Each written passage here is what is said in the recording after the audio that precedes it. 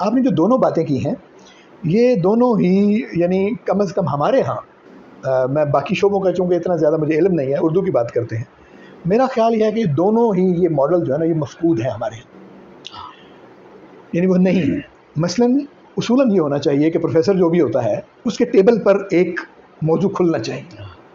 ایسے ہی اس نے کھولا ایک موضوع کو اور اس کے 4-5 حصے ہیں، 10 حصے ہیں چھوٹے جو، اور پھر اس کے جو ساتھ کام کرنے والے لوگ ہیں ان میں سے ایک ایک حصہ لے کے وہ کر رہے ہیں، اور وہ کسی بڑے کام کے ساتھ وہ لنکڈ ہے. پہلے میں جب چین میں تھا تو اس وقت یعنی ہمیں ای میل آیا کرتی تھی کہ ہمارے شعبے کا جو پروفیسر ہے اس کو یعنی حکومت کی طرف سے جب آیا تھا کوئی ریسرچ کا پروگرام تو اس میں مختلف چیزیں آئی تھیں، اور یہ معاملہ جو ہے وہ ہماری یونیورسٹی کے سپرد ہوا ہے.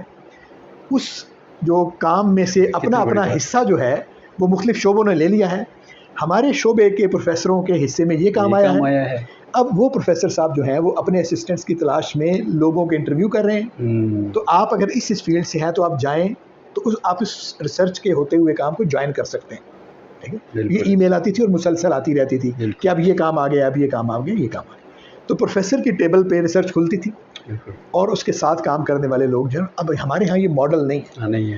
یعنی اگر ہم کسی سے کہیں کہ یہ ایسا ہو تو پہلی بات تو یہ ہے کہ یعنی کسی ریسرچ کا کم از کم اردو کی کسی ریسرچ کا کوئی انسلاک انڈسٹری کے ساتھ یا حکومتی پالیسی کے ساتھ یا اس طرح سے بہت کم ایسا معاملہ ہے کہ ہم جو پروجیکٹ کرتے ہیں وہ بھی ایسے ہی ذاتی سے ایک کام ہوتے ہیں تو وہ کر دیتے ہیں، ادروائز وہ معاملہ نہیں ہے. بلکہ اگر آپ ایک لقمہ دینے دیں مجھے تو کہ اردو بولنے والی جو اردو ہے جس کے لیے آپ لوگوں نے، جس کے لیے ادب اور بولنے والی اردو جس کے لیے آپ لوگوں نے ادارے بنائے ہوئے ہیں، وہ ڈھونڈ کے دکھائیں، آپ کو نہیں ملے گی لوگوں میں. لوگوں میں تو ٹک ٹاک سے آنے والی اردو ہے، لوگوں میں تو ماڈرن اردو ہے جس کا کوئی تعلق نہیں ہے اس کے ساتھ کوئی بھی. تو یہ اتنے بڑے ادارے اپنا کنٹینٹ کہاں لگائیں؟ آپ ٹھیک کہہ رہے ہیں کہ کچھ تو بتاتے، کوئی نصاب بنانے والی جگہیں ہوتی ہیں، کوئی خبرنامے لکھنے والے جگہیں، کہیں تو آپ لوگ بھی فٹ آتے ہیں، کوئی جڑت ہوتی ہے، ڈرامے لکھنے والے ہوتے ہیں. اب آپ دیکھیں کہ مثلا اردو پڑھا ہوا آدمی جو ہے اس کے لیے جاب مارکیٹ صرف ٹیچر بننا ہے.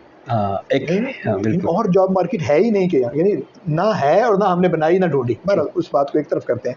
تو اس کا مطلب ہے وہ والا ماڈل جو ہے وہ یہاں کے محقق کے لیے تو نہیں ہے. تو اس کا مطلب ہے کہ اگر وہ آسانی جو اس کے لیے پیدا ہوتی تھی وہ آسانی تو پھر نہ ہوئی کیونکہ وہ محقق ہی نہیں ہے. تو اس کا مطلب ہے ہمارے ہاں تو وہ نہ ہوئی. اسی طرح وہ جو مشکل تھی کہ آگے سے آگے ڈھونڈنے والا ہے وہ تو پہلے بھی ہم کر کے راضی نہیں تھے. پہلے بھی جان چھڑاتے تھے ایسے کہ پھنسانے والی آپ یہ کہتے تھے کہ آپ کا میرا وہ یعنی ہم کئی دفعہ تھیسس میں یہ بات کرتے تھے کہ بھئی آپ کا تھیسس جو ہے وہ آپ نے جس سال جمع کرایا تھا اسی سال میں یہ نئی کتاب آ گئی تھی ایک، تو اس سے استفادہ کر کے آپ نے اس میں کیوں شامل نہیں کیا؟ تو وہ کہتے تھے کہ میں اس سے پہلے جو ہے وہ یہ کر چکا تھا یا سناپسس کے وقت اتنا تھا.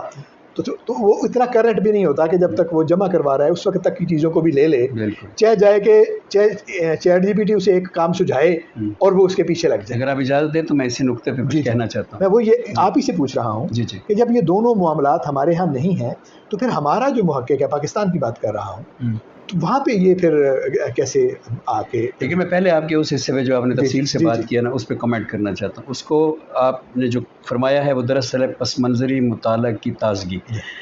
کتنا فریش ہے آپ کا پس منظری مطالعہ. سائناپسس کے وقت جو پس منظری مطالعہ آپ کے پاس تھا، دوران تھیسس وہ کب تک پہنچا، اور کیا آپ کے اندر اتنی جرت ہے کہ جب آپ تھیسس جمع کروانے لگے ہیں اسی دن نئی ریسرچ آ گئی ہے تو کیا آپ 1 سال اور لیٹ کر سکتے ہیں اپنے تھیسس؟ مجھے یاد ہے، میں نام نہیں لوں گا، ایک بہت بڑا نام ہے اور ہمارے وہ ٹیچر تھے ریسرچ کے، تو انہوں نے کہا کہ یہ جو نوبل پرائز لینے کے خواب دیکھ رہے ہو نا ریسرچ کے ذریعے، یہ PhD ڈگری کے بعد لینا.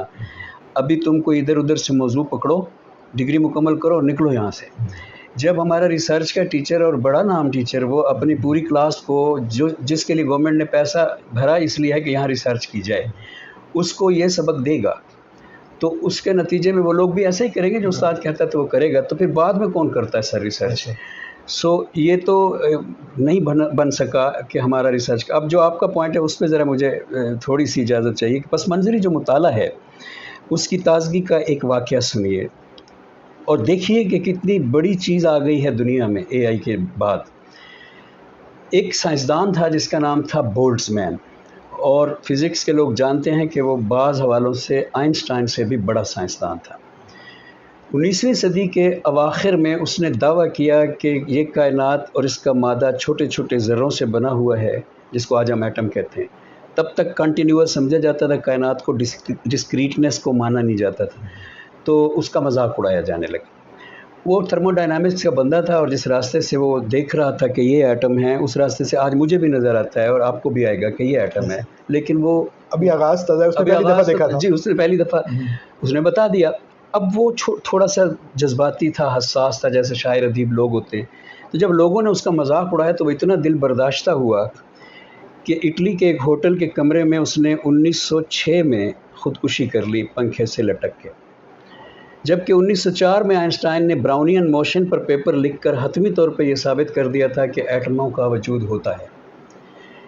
اور 19ویں صدی کے آخر میں اس نے دعویٰ کیا، 6-7 سال اس نے انتظار کیا کہ کوئی تو مجھے نوبل پرائز دلوا دو۔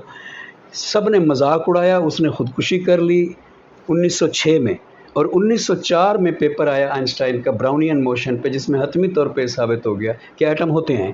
اگر اس کو 2 سال پہلے پتہ چل جاتا تو وہ خودکشی کیوں کرتا؟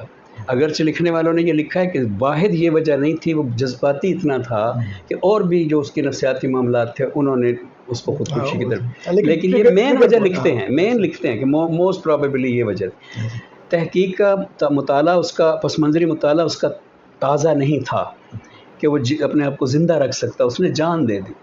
اگر آج دیکھیں تو پل پل، یعنی میں آپ کو حیران کرتا ہوں، ایک AI کی ایپ ہے، اس کا نام ہے پیپر پال، ٹھیک ہے، وہ بنی ہے مائکروسافٹ ورڈ کے اندر ایک ایڈ آن کے طور پہ ڈالنے کے لیے۔ ٹھیک ہے، جب مائکروسافٹ ورڈ جو آپ عام یوز کرتے ہیں اس میں بڑی اچھی اردو نستعلیق بھی ہے، اور یہ میں اردو کے لیے بات کر رہا ہوں، انگلش کے لیے تو اس کو 100% ٹرو سمجھے نا، تو اردو کے لیے بھی اس کو 60-70% اس بات کو درست سمجھیں۔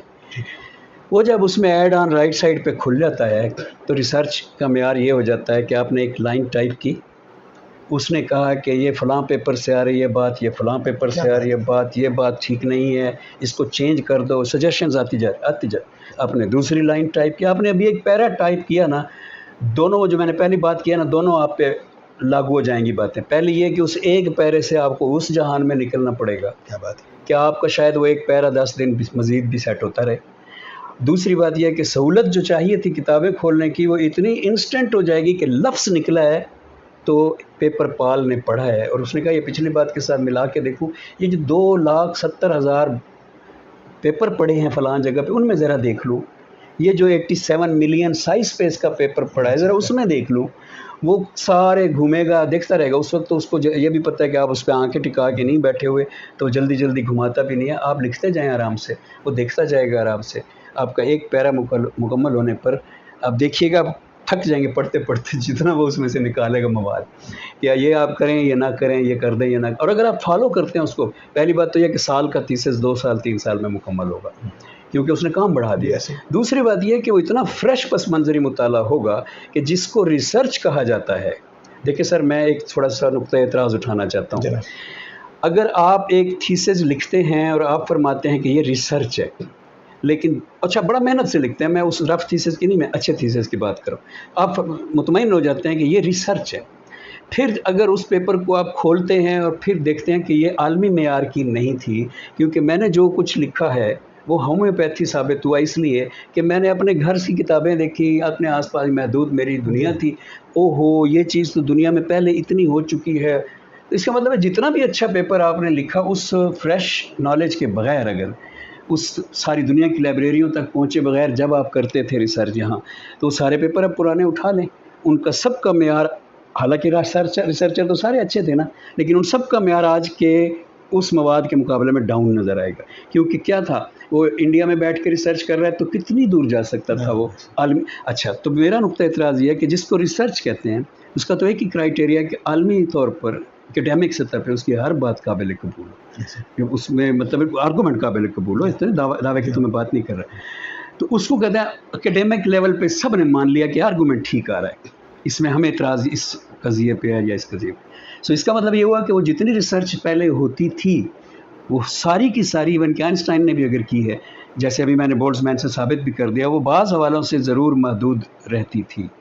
آج کی دور کی جو ریسرچ ہو رہی ہے یہ اور چیز ہے. یہ جہان، اس کو نام ہی دنیا ریسرچ ہونا چاہیے، کیونکہ آپ ایک لفظ لکھتے ہیں آپ پھنس جاتے ہیں. میں پرسنلی آپ کو بتا رہا ہوں کہ میں نے اب 2-3 مضمون پچھلے دنوں میں لکھے ہیں، لیکن وہی آرٹیکل میں 2 دن میں 3 دن میں لکھ کر حوالوں سمیت بھیج دیا کرتا تھا. لیکن اگر آپ ریسرچ کے موڈ میں ہیں تو آپ دیانتدار ہیں تو آپ پھنس جاتے ہیں نا. ایک لفظ آ جاتا ہے سامنے، آپ کہتے ہیں یہ میں ڈنڈی مار رہا ہوں، اگر میں پچھلی بات کی وجہ سے اس کو جاری رکھوں تو تھیسس تو ہو جائے گا، لیکن اگر اس کی تحقیق نہ کرو، یہ ابھی جو نیا سامنے آ گیا تو اس سے رک جاتا ہے. تو یہ تو اصل ریسرچ کے لیے، اب میں آخری جملہ، اصل ریسرچ کے لیے AI ایک نعمت غیر مترقبہ ہے، اور وہ آدمی کو بڑا آدمی بنا رہی ہے.